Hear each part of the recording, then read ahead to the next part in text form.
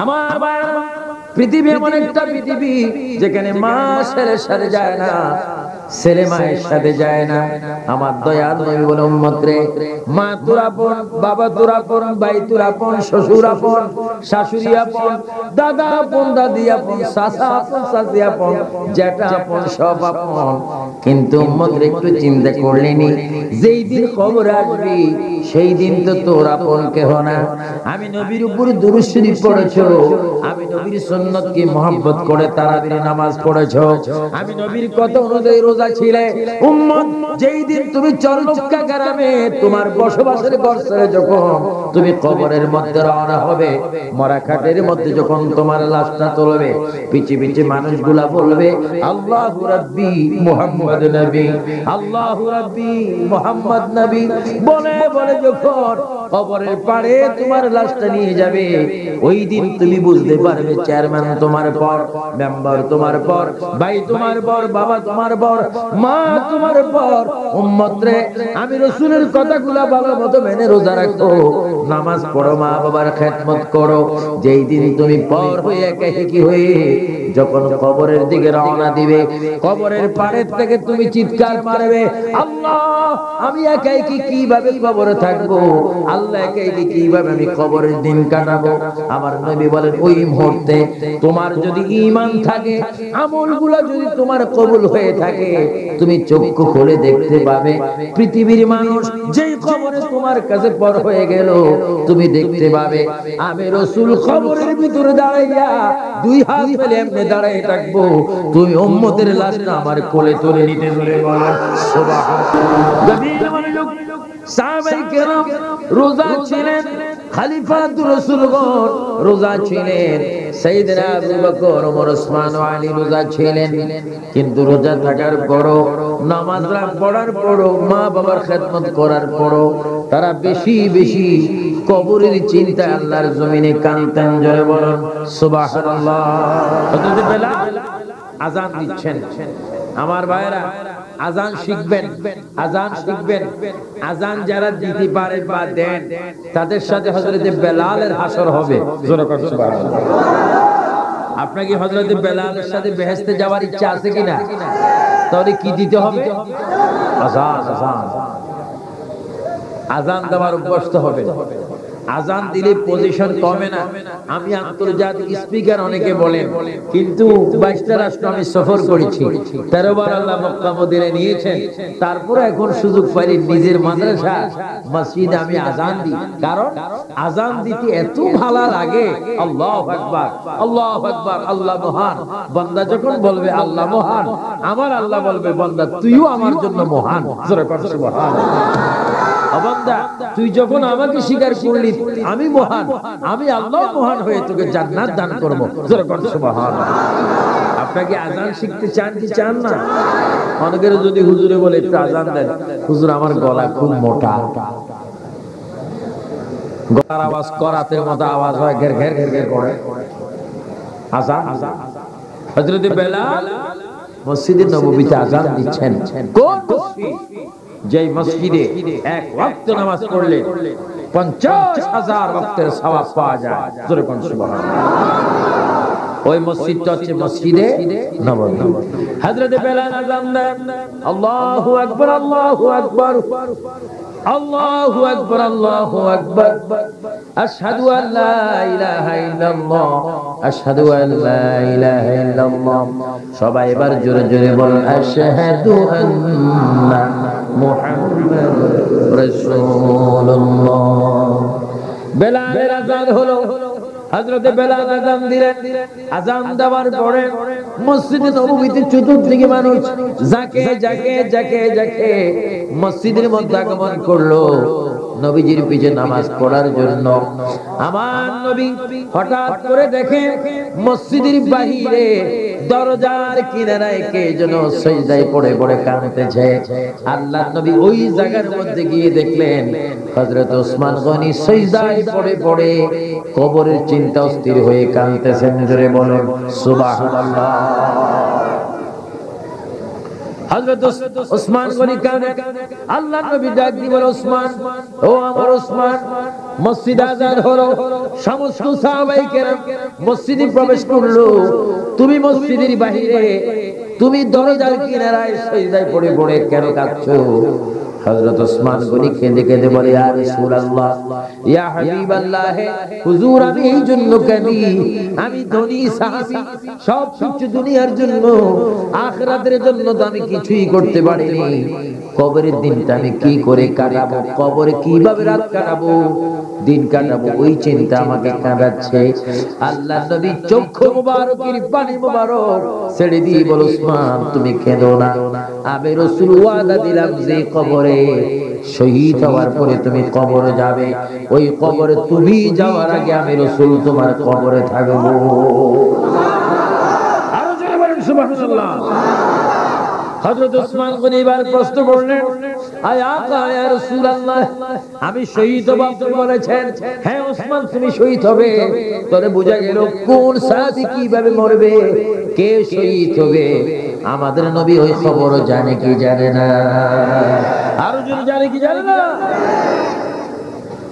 হযরত ওসমান গনি বলে, আয় আকা ইয়া রাসূলুল্লাহ, ইয়া হাবিবাল্লাহ, হুজুর আমি শহীদ হব, আমার কবর আপনি থাকবেন, এটা আমি বিশ্বাস করলাম, কিন্তু ইয়া রাসূলুল্লাহ, ইয়া হাবিবাল্লাহ, আমার কবরটা কোথায় হবে একটু আপনাকে দেখাই দেন। আল্লাহ নবী ডাক দিয়ে বলে, ওসমান একটা পাথর তুমি হাতে নাও। ওসমান বলে একটি পাথর হাতে নিলেন।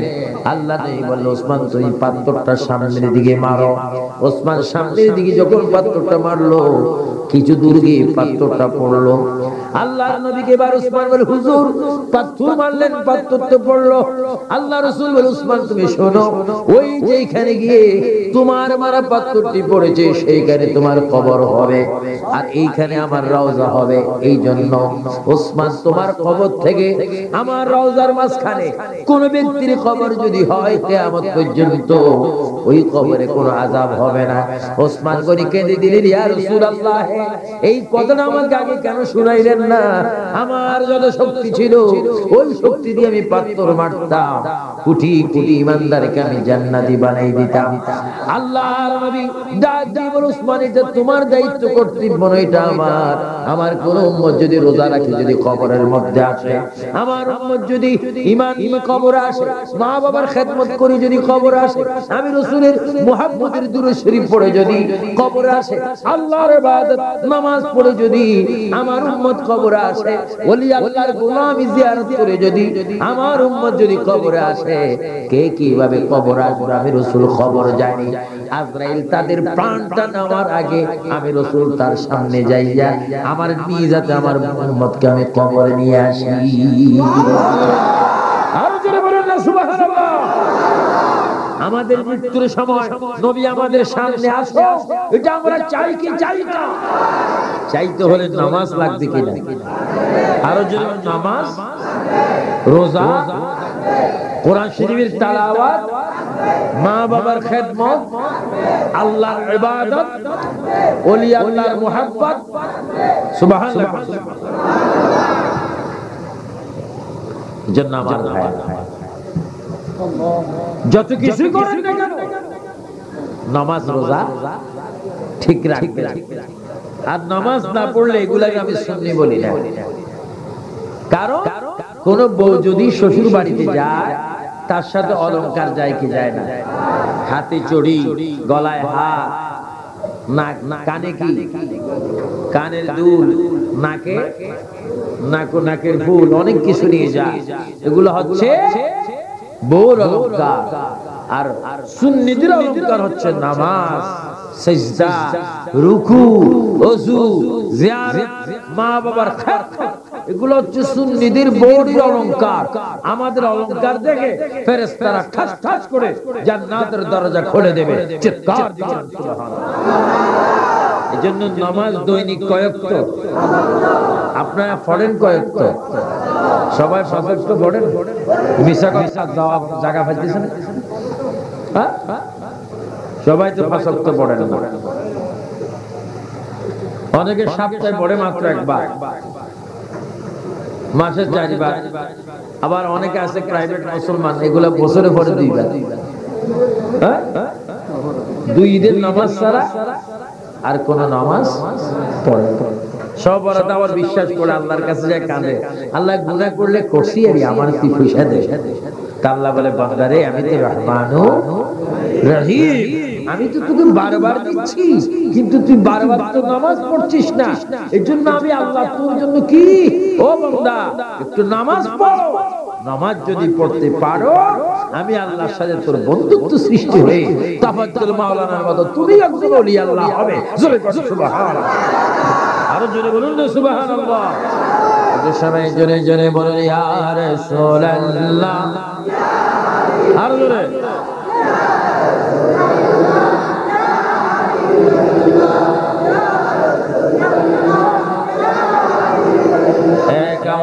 এক আওয়াজে মোহাম্মদে জোরে জোরে বলুন ইয়া রাসূলুল্লাহ,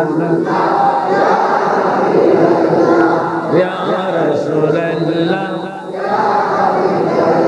গোসল করায়া কাফন পড়াইয়া, বলেন গোসল করায়া, গোসল করায়া কাফন পড়াইয়া। যুবক ভাইরা বলো, মুরব্বীরাও বলেন গোসল করায়া রাখিবে যখন কবরে শোয়াইয়া, লয় গকুলে গুলাম বলিয়া ইয়া রাসূলুল্লাহ, ইয়া রাসূলুল্লাহ। এই জন্য আমার ভাইয়েরা কবরের চিন্তাটা একটু বেশি করেন, নামাজটা ঠিক মতো পড়েন, সবকিছু যদি করতে পারেন তাহলে আপনি ওলি আল্লাহ হতে পারবেন।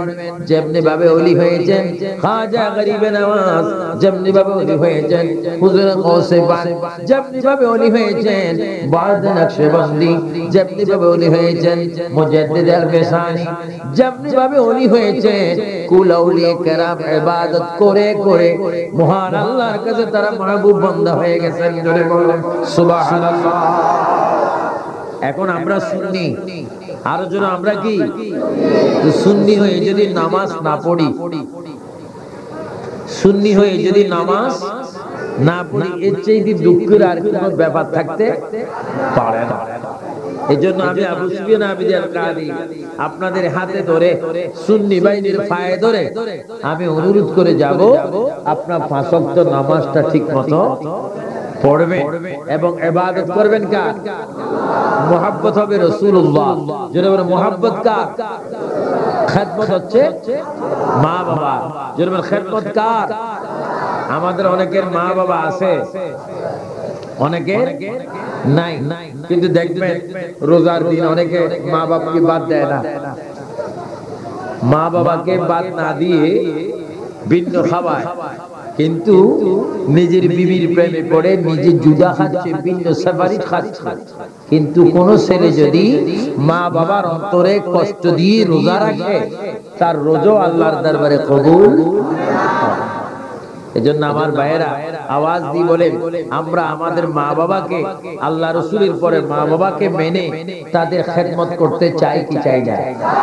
তাদের খেদমত করলে রাজি হবেন কে? আরো জোরে বলুন কে? বাহাজাতুল আসরার কিতাবের মধ্যে দেখি হুজুর গৌসে পাক, সবাই জোরে বলুন মাহবুবে সুবহানি, আরো জোরে বলুন মাহবুবে আব্দুল কাদের, জোরে বলুন রাদিয়াল্লাহু।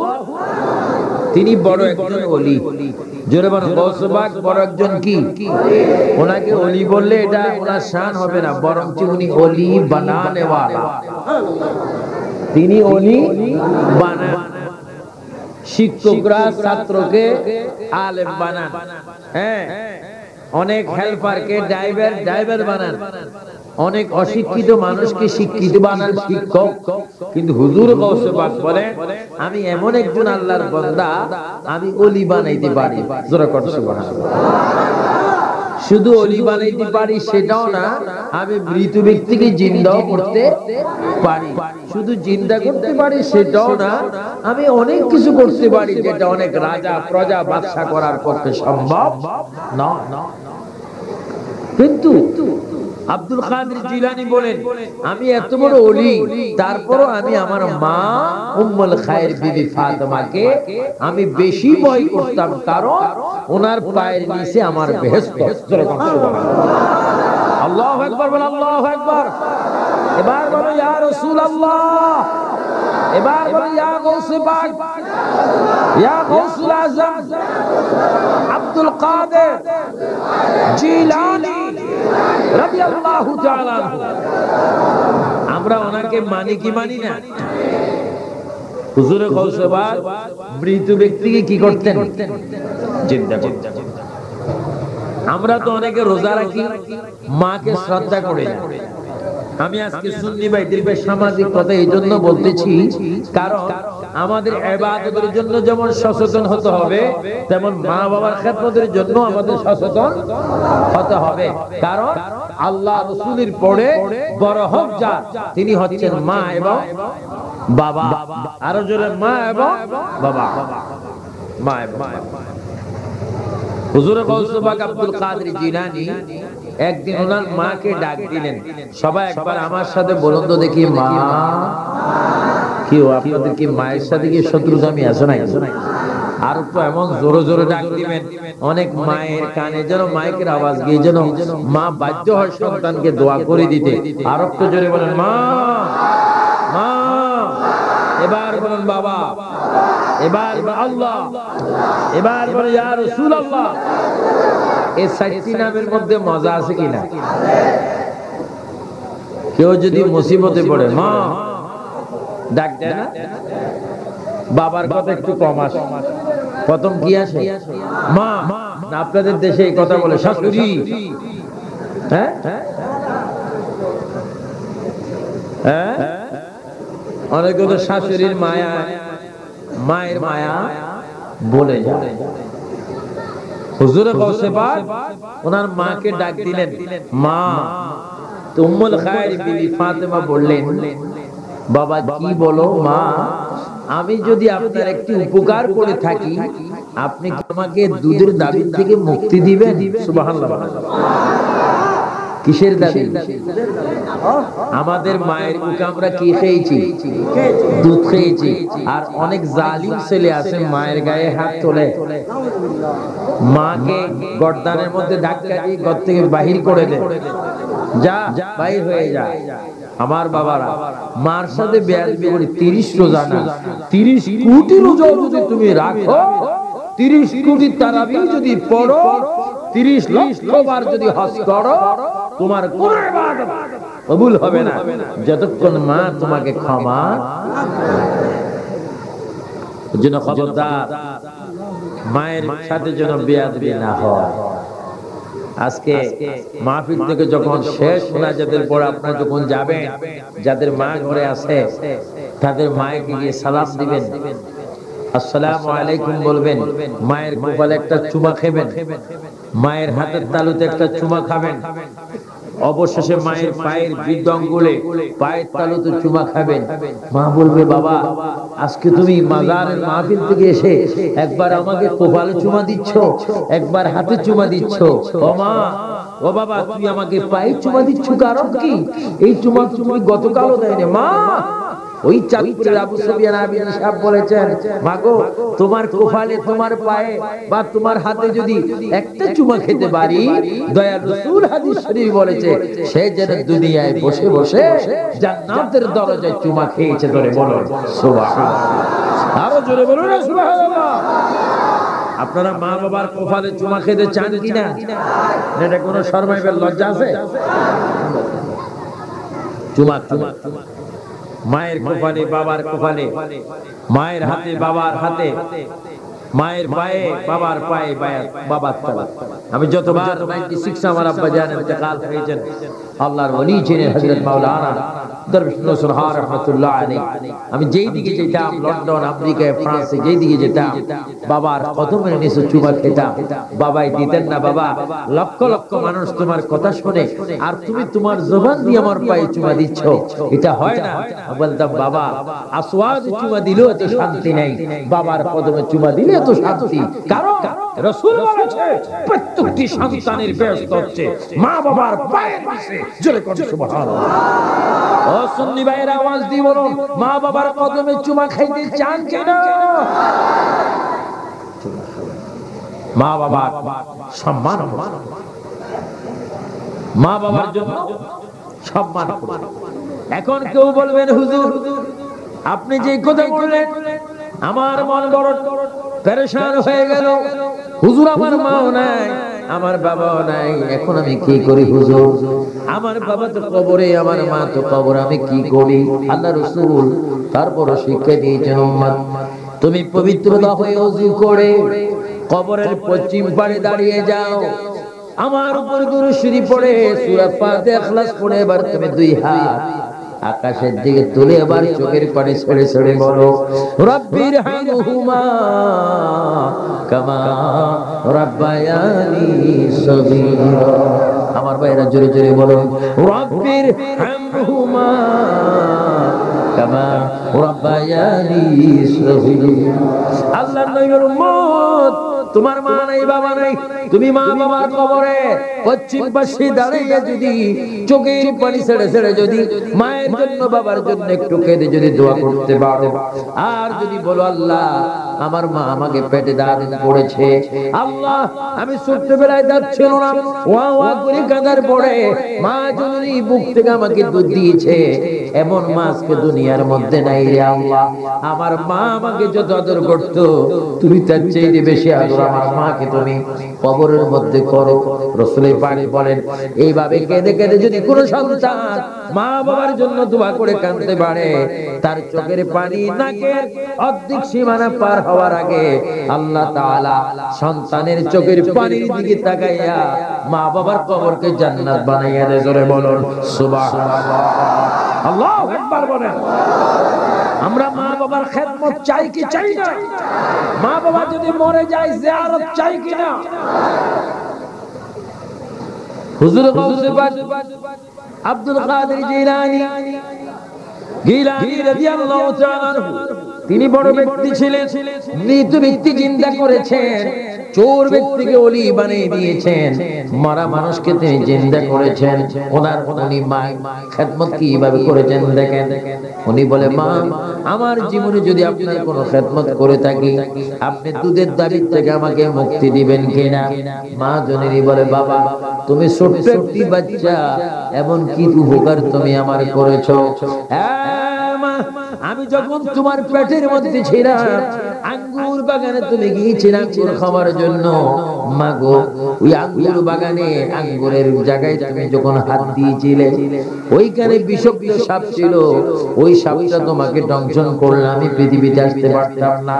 মা আমি তোমার কলিজার বড় ধরে তোমাকে বসাই দিয়েছিলাম, এই উপকার আমি করেছি, দুধের তাবিজ থেকে আমাকে মুক্ত করে দাও। মা জননী চোখের পানি ছেড়ে বলে বাবারে যেই ছেলে শরবত থেকে আমাকে বাঁচাইতে পারবে এমন ছেলেকে আমি মাফ করতে পারি না, কারণ তোমার মতো ছেলেকে হাসরের ময়দানে আমি সামনে রেখে নবী দেখে দেখে তোমার ভক্তদেরকে নিয়ে আমি জান্নাতে চলে যাব। আরো জোরে বলেন সুবহানাল্লাহ। গাউসে পাক যদি মায়ের খেদমত করতে পারে, গাউসে পাক যদি মায়ের কদমে চুমা খেতে পারে, এ চল্লকার সুন্নি মুসলমান ভাইরা, পটিয়ার ভাইরা, কর্ণবলী থানার ভাইরা, জোরে জোরে আওয়াজ দিয়ে বলুন আমরা মা বাবার খেদমত চাই কি চাই না? আরো জোরে চাই কি না?